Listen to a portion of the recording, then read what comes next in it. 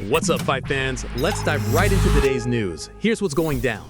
Charles Oliveira dominated the UFC Fight Night 261 main event on Saturday, submitting Mateusz Gamrot in the second round in front of his home crowd in Rio.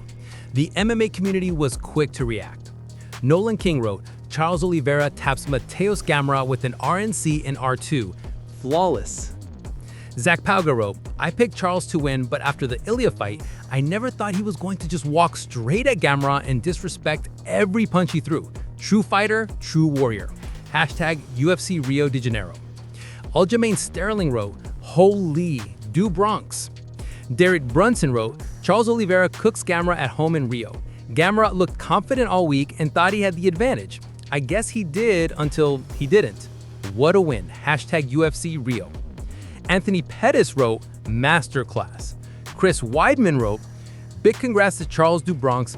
Awesome to see him do that in his home country, especially coming off the loss he had. Max Holloway wrote, Another one. After the victory, Oliveira embraced his family in the octagon and dedicated the win to his home country.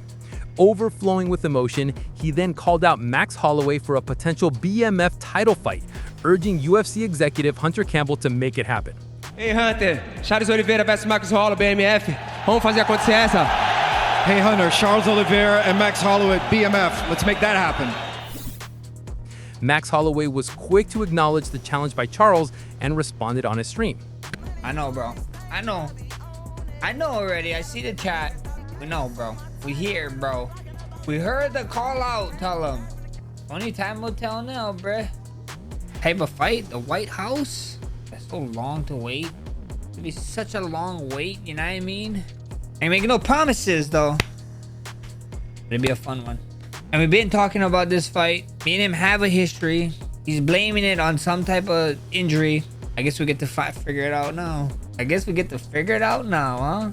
My hand is good. Not good. My hand is getting better. And we're just waiting to get cleared. I haven't really got back on the mats yet. I've been doing some strength and conditioning, but that's about it. We'll be back sooner than later. So Holloway's response keeps the door open for a high-profile showdown, setting the stage for a potentially explosive rematch. What do you think about the matchup? And just when you thought the moment couldn't get more special, Charles Oliveira brought out his son for a Lion King-style celebration inside the octagon. Holding his boy high in the air in front of the roaring Rio crowd, do Bronx reminded everyone why he's not just a fighter. He's a father, a hero, and the people's champ of Brazil. Heavyweight prospect Mario Pinto improved to 11-0 with the TKO win over Gihanna Dinez at UFC Rio, and fans can't stop laughing at his post-fight antics. After the bout, Pinto initially told interviewer Michael Bisping, "Sorry brother, I don't speak English," before seamlessly switching to perfect English with a strong London accent to shout out his family, friends, and fight team. Fans called it legendary, the funniest interview ever, and praised Pinto for trolling the audience in the best possible way. Sorry, brother, I don't speak English. Eu amo vocês todos, agradecer a todo o apoio. Eu tô aqui. Brother, I practice something in English. I'm going to speak English now. Forgive my English. So basically, I want to give a big shout out to my people in London and England. Thank you for all the support. Big shout out to London Fight Zone, Fight City Gym, and Canary Wolf Jiu-Jitsu. Big shout out to Marvin Egan, my coaching team. Big shout out to my striking coach, Rowan Katsu, who's helping me late at night, putting in that graveyard shift. That's 3 finishes now, including Dana White's Contender Series. I'm not in this league now to take part. I'm here to shut this down and put my name on the map. So you better recognize, Big Bang Bosh, Shamrock. UFC icon Jose Aldo was honored in the octagon at UFC Rio during an emotional retirement ceremony. The former featherweight king, who recorded 9 title defenses across WEC and UFC and won 25 of his first 26 fights, shared the moment with his wife and daughter.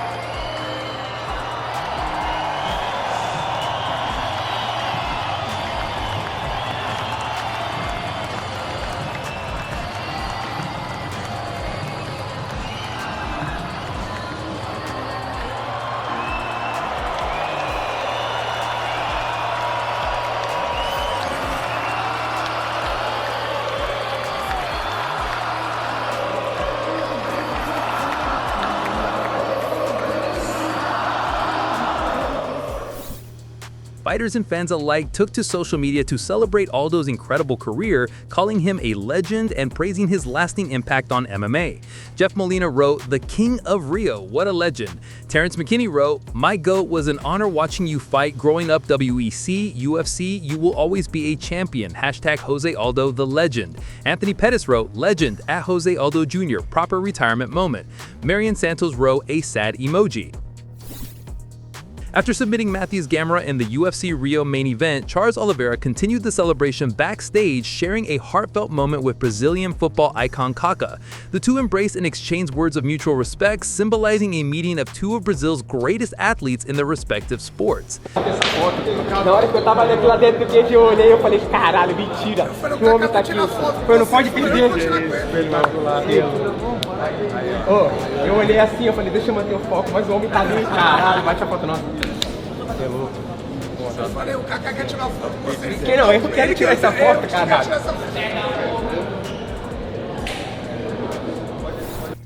Tom Aspinall looks locked in ahead of his upcoming title defense at UFC 321 just 2 weeks out.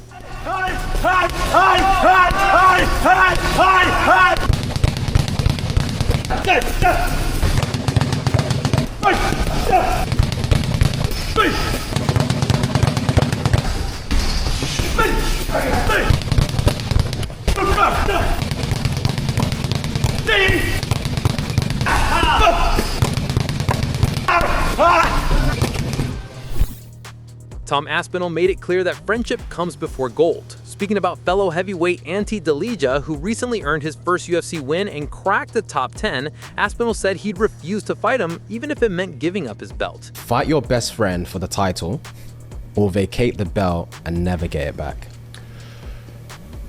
So this is actually a bit of an on-trend topic. Okay. So my friend and training partner has just got to the UFC. He just got his first I saw. win, and now he's in the top 10, which is like, to get your first win into, like, you just beat a guy in the top 10. Oh, sick. Oh, nice. So like he's potentially like 2 or 3 wins away from like a title shot. That's all good. Right, okay, cool. So Let's play it out. Let's play it out. How would this go? So the thing is, if I'd never won a title, I'd never touched gold before, we would have to fight, because that's my dream. Yeah. But now I've done it, I would be like, I'll vacate it and he can have his time. Fair. Really? So if it came to it, you're just not fighting him? I wouldn't fight him. No chance. No chance. Damn. Fucking No. props. That's my really? Yeah. That's, so I've got guys who I train with, of course, and I've trained with them for years and stuff. And I've got other guys who are my like genuine friends. Yeah. And he's one of like my genuine friends. I would never like. There's some stuff to me that's like more important than like money and titles. And like I say, I've won the title. I've done that. And I've got a few more in me before he's going to be up there anyway. So if none of us had won the title and we were both in around the same time, we would have to fight, because that's my dream. Yeah. I've got to do it, and that's his dream. But right now I've done it. I've still got more to do, but I can do that more in the time that he's takes him to climbing. get up. Yeah. And Yeah. then when he's there, I'm happy to. Fair play, man. Oh, that's an incredible I don't think you understand. That's an incredible statement, bro. Yeah. Syko Stu, real name Stuart Smith, may be done with in-ring wrestling following a violent August incident at a Knox Pro Wrestling event involving Raja Jackson. The attack left Stu with significant injuries, and friends say combined with the toll of a lifelong wrestling career, returning to the ring would be unwise. Douglas Malo, who helped restrain Jackson during the incident, told TMZ Sports that Stu is recovering and doing well, but likely won't wrestle again.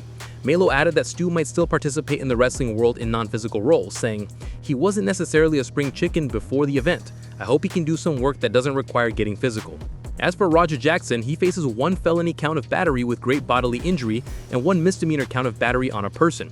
Jackson appeared in an LA court on October 9, 2025, but declined to comment. Malo also indicated a civil lawsuit for Stu's medical expenses could be forthcoming.